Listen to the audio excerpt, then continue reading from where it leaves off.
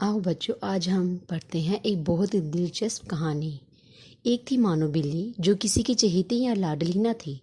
उसने शहर के कबाड़खाने में आंख खोली और फिर अपनी माँ और दूसरे बहन भाइयों के साथ मुख्तलिफ जगहों की तब्दीली के बाद एक कसाब की दुकान के पास रहने लगी। वो ज़रा बड़ी हुई तो एक दिन उसकी बहन रानो बिल्ली को एक बहुत ही प्यारी सी बच्ची के पास एक बड़ी सी गाड़ी में बैठा कर ले गई और उसका भाई खूनख्वार कुत्ते के हाथों दुनिया से रुखसत हो गया।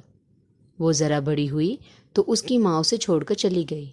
मानो बिल्ली कई बार अपनी माँ के पास गई कि शायद उसे पहचान ले, लेकिन वो उसे हमेशा अजनबी बनकर मिलती और मार पीट कर भगा देती।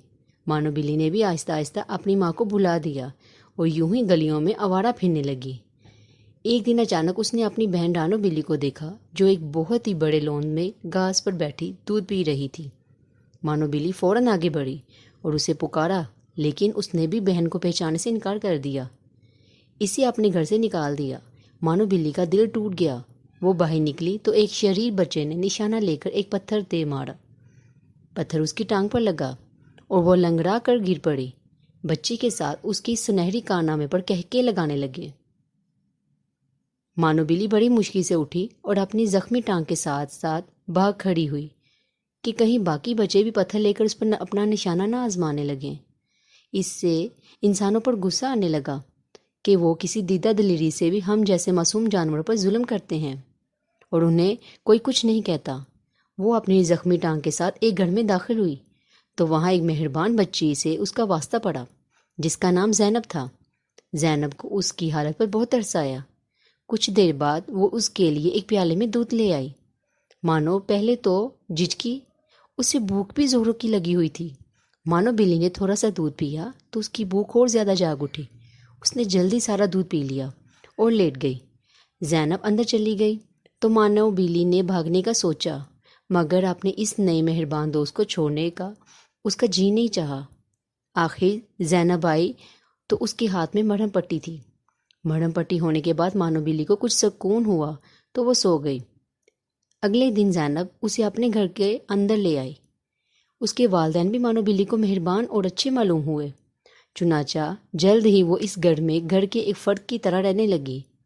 मानो बिल्ली का दिल वहाँ लग गया। उन सब की मेहरबानियों का सिला उसने ये दिया कि इस घर में से तमाम चूहों को घर छोड़ने पर मजबूर कर दिया। लाल बेग और दूसरे कीड़े मकोड़े भी उसने ख़त्म कर डाले। जब से वो इस घर में आई थी चूहों की जान पर बनी हुई थी। उनका कोई हरबा कामयाब ना होता।